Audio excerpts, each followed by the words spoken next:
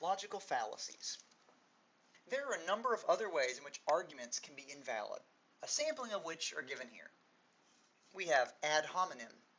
We have appeal to ignorance, appeal to authority, appeal to consequence, false dilemma, circular reasoning, post hoc ergo propter hoc, straw man, correlation implies causation, and many, many more. And if you just look around in your world, anytime someone makes an argument, many times one of these will actually come up. Now we're going to walk through each of these one at a time, or this sampling of them, and then we will get to practice actually this and see if we can tell the difference. The first is ad hominem, which means to man in Latin. An ad hominem argument attacks the person making the argument, ignoring the argument itself. So here's an example. Jane says whales aren't fish, but she's only in the 2nd grade, so she can't be right. Here the argument is attacking Jane, not the validity of her claim. So this is therefore an ad hominem argument. A non-example is Jane says whales aren't fish, but everybody knows they're really mammals. She's so stupid. Now this certainly isn't very nice, but it's not ad hominem since a valid counter-argument is made along with the personal insult. Next we have appeal to ignorance. This type of argument assumes something is true because it hasn't been proven false. Example, nobody has proven that photo isn't of Bigfoot, so it must be Bigfoot. Next we have appeal to authority. These arguments attempt to use the authority of a person to prove a claim. While often authority can provide strength to an argument, problems can occur when the person's opinion is not shared by other experts, or when the authority is irrelevant to the claim. Here's an example. A diet high in bacon can be healthy. Dr. Atkins said so. Now here, an appeal to the authority of a doctor is used for the argument. This generally would provide strength, except that the opinion that eating a diet high in saturated fat runs counter to general medical opinion. So more supporting evidence would be needed to justify the claim.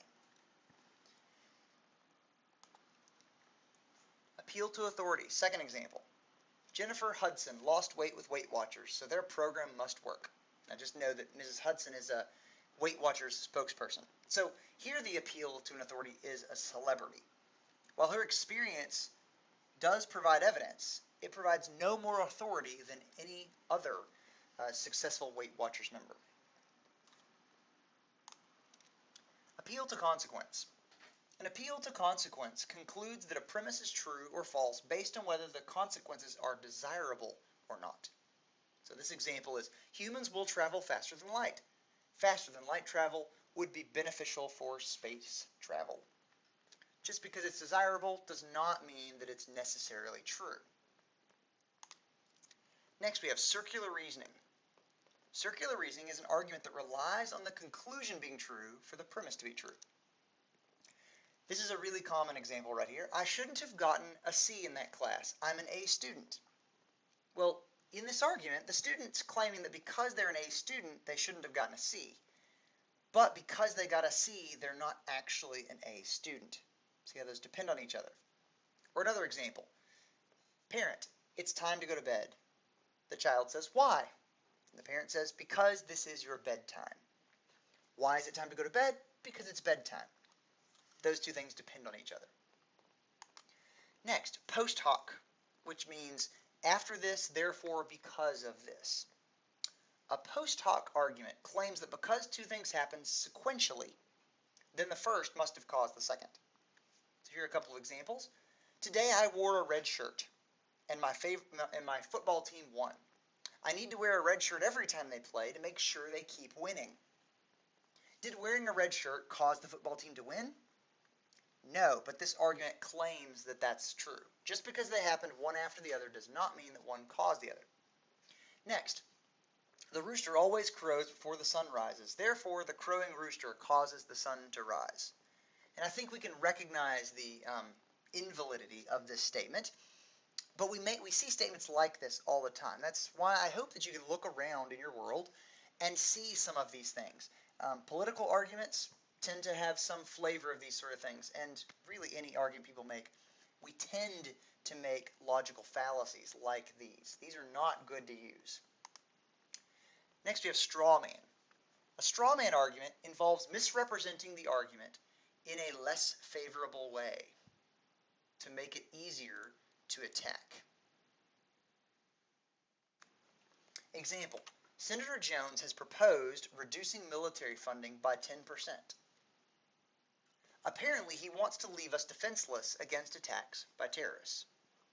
Now here the arguer has represented a 10% funding cut as equivalent to leaving us defenseless, making it easier to attack Senator Jones's position.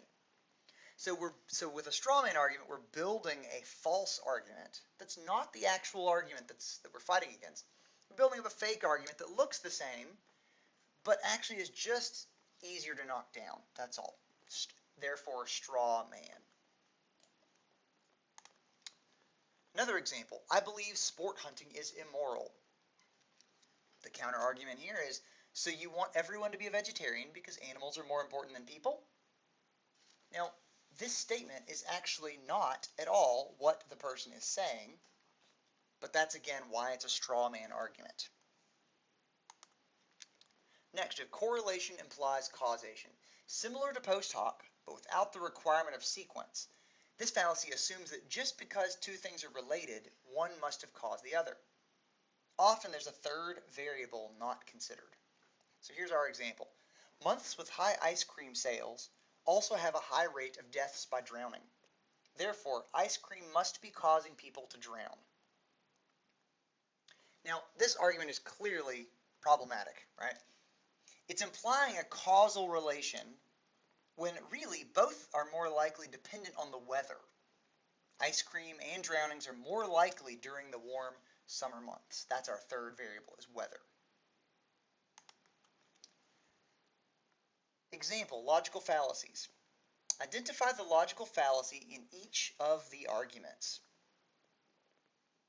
Only an untrustworthy person would run for office. The fact that politicians are untrustworthy is proof of this.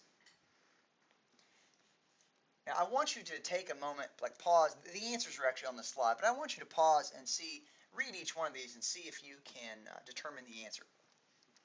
So that's part A, is only an untrustworthy person would run for office. The fact that politicians are untrustworthy is proof of this.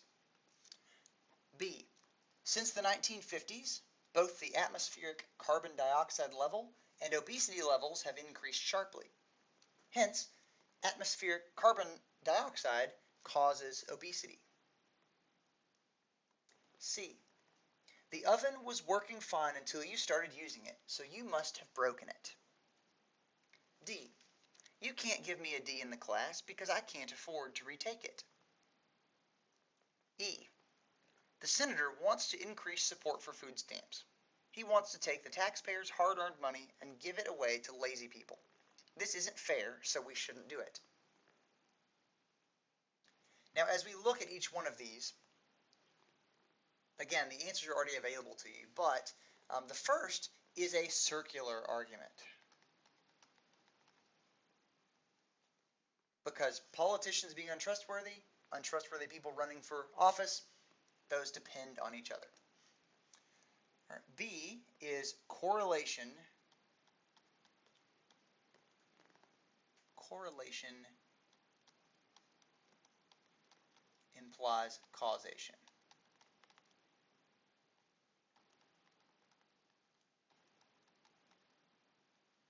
Because one leads to the other, we're claiming one leads to the other because they occur at the same time.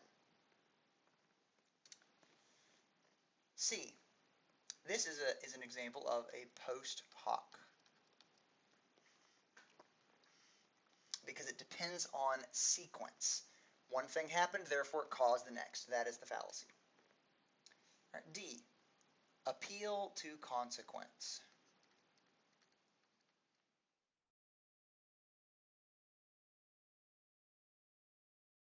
Appeal to consequence. Because retaking it and not being able to afford to retake it is an undesirable consequence, That's what the argument hinges on that being undesirable. So that's an appeal to consequence. Now, E is a straw man.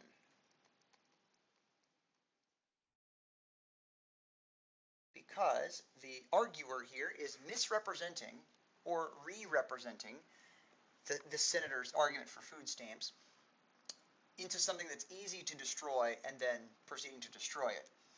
But that is not the statement that's actually being made.